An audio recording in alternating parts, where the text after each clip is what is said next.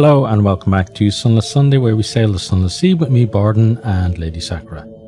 Okay, let's see, how are we doing here? Right, so we could buy some fuel. I think we're okay fuel-wise. It wouldn't hurt to buy some, right? Let's buy 10 fuel, and we can't buy 10 supplies. Oh, we don't have the room. Okay, so let's just fill up on supplies. Okay. Then I think we're about to leave here, right? Pretty sure, so let's leave. And when we can, we'll come to the surface.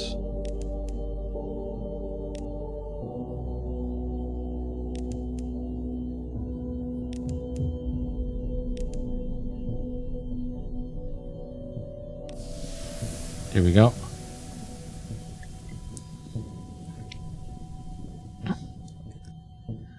Right, so let's see where we're going to go next. So we're in Scrimshander.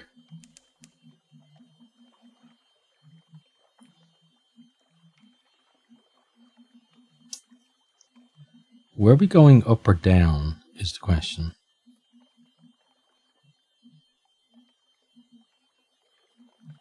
Like, have we been to Polythreme or not? Well, there's an easy way to answer that, right? Because we'll have stuff on board in our hull or in our hold. Yeah, we got the Claymen, so we've been there. One of them obviously went crazy, because we've only got 5 instead of 6. So therefore we're going down. Okay, oops. Right, so let's make our way down. So we want to go to Nupmit and then down to, I guess we're doing this whole area here, right? Yeah.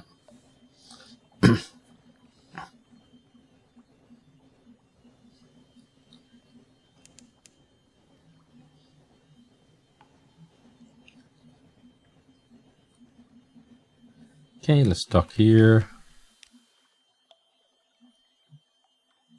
Let's get a port report. Not so many goings. Ships from the Khanate are most common, but you see Shellnate vessels, Polythreme, triremes with chained and sulky unfinished men, corsairs disposing of their miscreants, even one furtive Ireme skiff. The wardens pay them well for their prisoners. Okay, and that's pretty much all we can do here, right?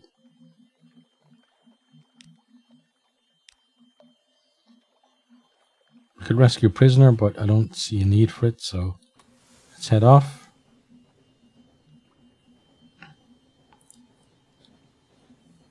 Right, so this is the first time I've recorded this game in a while, and it's actually the first time that I've recorded that. I think maybe a little bit last time, but now, since we recorded last time, coronavirus has become a very big thing.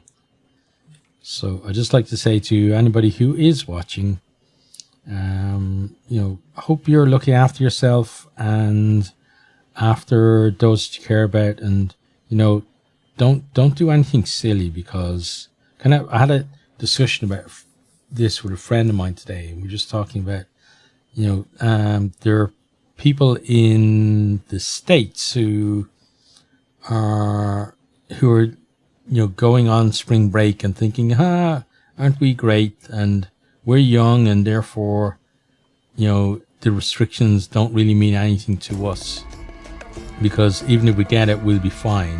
That kind of invincibility you feel at that kind of age. But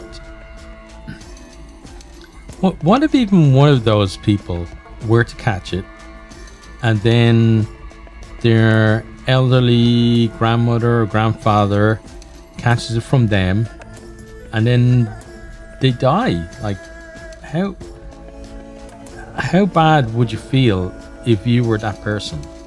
I know I'd feel bad. Like, and if you didn't feel bad, then what would that say about you as a person having done that? And all for, like, you know, just going on a spring break, which is basically like, you know, just an excuse for piss up. You know, and you can have a piss up at home. You know, there's no need for that kind of thing. But yeah, like, or, you know, wait till next spring and go do whatever silliness you want to do then. But, you know, maybe not do it every time, or like maybe not do it right now is what I should have said. Yeah, so bit of food for thought there. Anyway, yeah, but for those of you who are watching, I hope like that you're okay, and the people that you care about are okay. And also, you know, if there are people in your neighborhood who are vulnerable, either, you know, because of some kind of disability or, you know, age or whatever it happens to be, you know, maybe just check on them and see if they're okay, and if they have everything that they need. Because it's you know, it's a time when we need to look out for each other. I wish people looked out for each other more than we do anyway, but right now it's definitely a time to look out for each other. So anyway, my little speech or preachiness or whatever finished. Right, so let's get in here and see what's going on here. Okay, let's go with, let's fulfill their need first, if we can.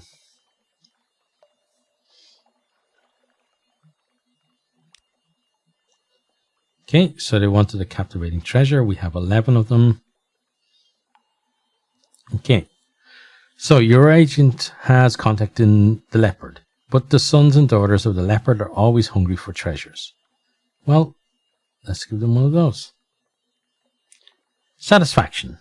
Your gift is deemed sufficient. This leopard princeling will be prepared to pass on gossip from Khan's glory, discreetly, courteously, when the time is right. Okay, cool. And then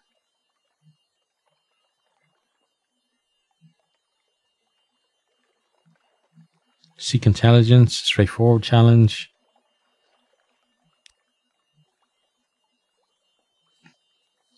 If your eyes and ears in the Khanate, you can use them to gain more than just a report. The dangers of success. The message arrives on a tiny fish skin sliver, bound inside a copper ring. The cipher speaks of fleet movements and power struggles. London will want to know this, but your agents have attracted attention.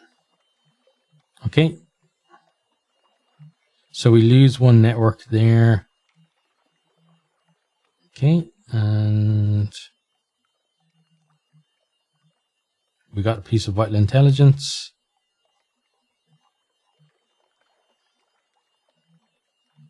And then we can find out what you need. What do you need? Harris challenge 24%. The racist diplomat in London can provide the kind of specialist assistance you need. Okay.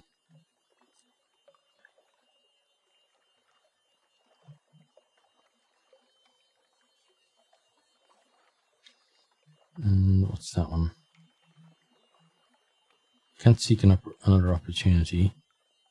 Let's see what happens with this one. No word. The agent disappears into the teeming streets of Khan's glory like a beetle into leaf mold. You wait and wait and wait.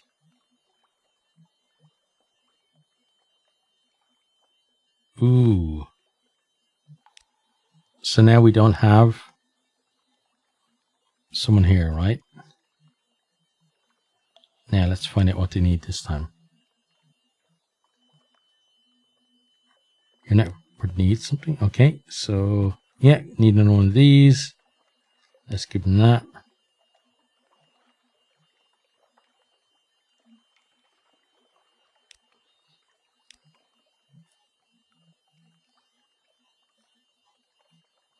Then we could get more intelligence. Well, we can't actually. So let's get a port report. The Khanate generally assumes that all foreigners are spies or worse. It would be a shame to disappoint them, but it might be dangerous to prove them right. Precious scraps. Rivalry between the Leopard and Eagle clans. The concerns about Shellnate raids. Some appalling gossip about the traitor Empress back in London. Perhaps you shouldn't write that last one down. And move on quickly. That fellow in the corner has an informer's look. Okay. Right, so let's continue. And I think we're going to leave here for now, yeah. Right, so let's go. Next stop is Khan's Shadow. Then we're going to come down here. We may go to Apis Meat. I'm not sure. We may go there.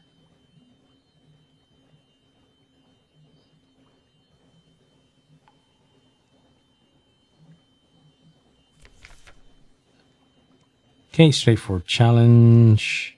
A hiss of horror from the lookout. The glim lamp at the front of the ship is sputtering and arcing, fizzing and with blue light. Even as you watch, the blue fades, but it's not a good omen. There's a perfectly natural explanation. The darkness underneath is more than the absence of light. It's a physical presence which distorts the shape of the world. Your light melts the darkness, restores sanity to the world.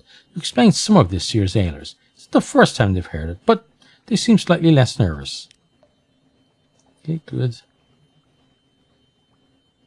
Let's keep going.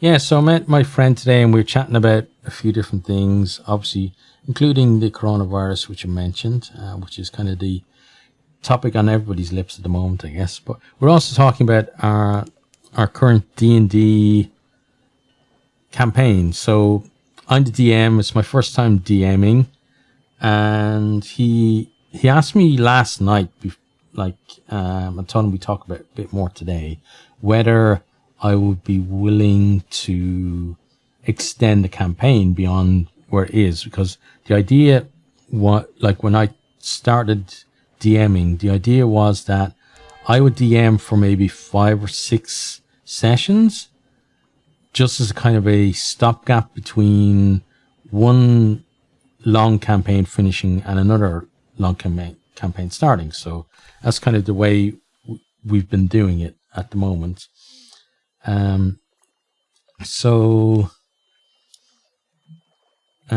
Let me read this first. So many malcontents, so little time. Closely written notes, conniving, debauching, speechifying, drinking, singing, speeching, poeting. Now and then, drunken duel. Very occasionally, a savage ritual murder. Okay. Yeah, so, and as I said to him, if everybody's having fun, I'm happy enough to keep going, because even though it was my first time, it's been my first time DMing. We've done about 3 sessions, and I've really, really enjoyed it. So I'd have no problem with continuing to do it. I think I want 4 Watchful Curios, so let's do that. Have a one-eyed scrimshander carve something from your hunting trophy. His tools are laid before him in 8 row. He runs his knobbled fingers over the trophy, clicking his tongue. Good bone. He grinds, he chips, he engraves, he mutters in a half-dozen languages of the presbyterate. Soon 4 little blocky figures of bone stand in a row before him. Their eyes are wide and angry. Saw these in the Elder Continent once. Still do, when I sleep, or when my mind wanders. He drops them into your palm. No charge. If they start watching you, maybe they'll stop watching me. Okay, cool. So we've got those, and I've got to hold on to those because I know that there's somewhere that we need to have them. Then that's Element of Dawn. So we get that from the Dawn machine, which we're definitely not going to be fighting right now. But yeah, back to my little D&D story. So So I was just talking to him, and I mentioned that that I'm enjoying it, and if other people are enjoying it, I'd be open to the idea of extending it. But also, I was a bit worried about. So we're supposed to be starting a new long campaign, like kind of the one that will go on for a year or two or something. And I know that one of my other friends, he was to be the DM for that, and we've been talking about that, and he's getting excited about it and stuff. But the friend I talked to today said he had a chat with him last night about things, and he was saying too that he's really enjoying the current campaign, and he'd like it to continue on as well. So yeah, maybe I'm going to be a DM for a bit longer than I thought I would be, and I'm totally fine with that.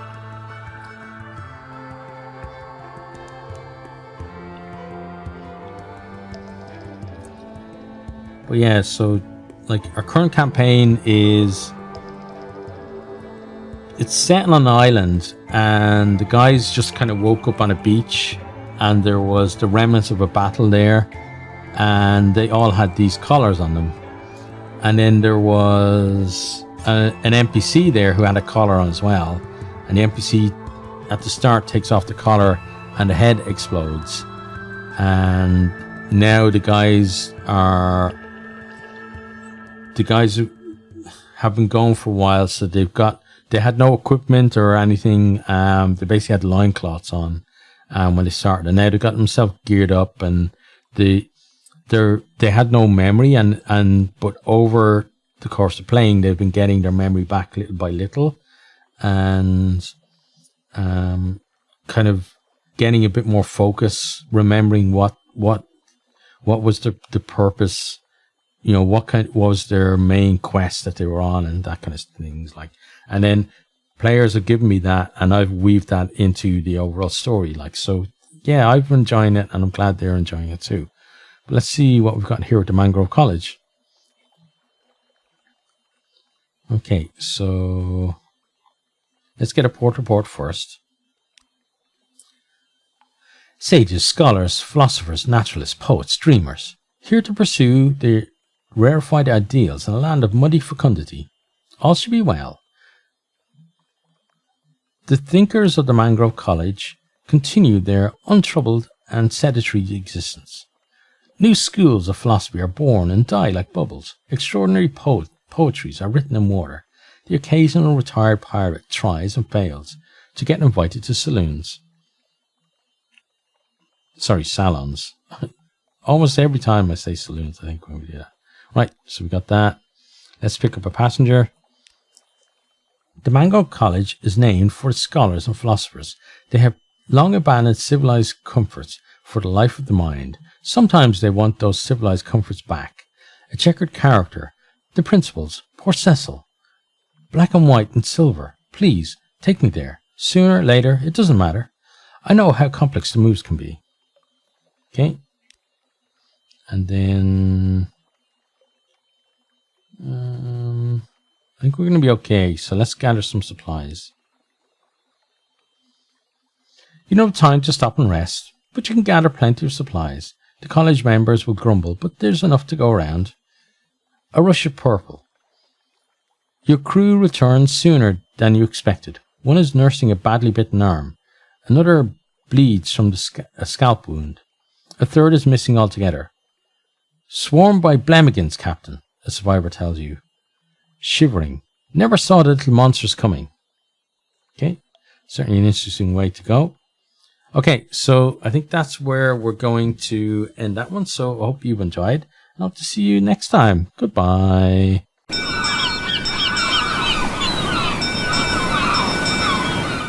Thanks for watching this video. I hope you enjoyed it.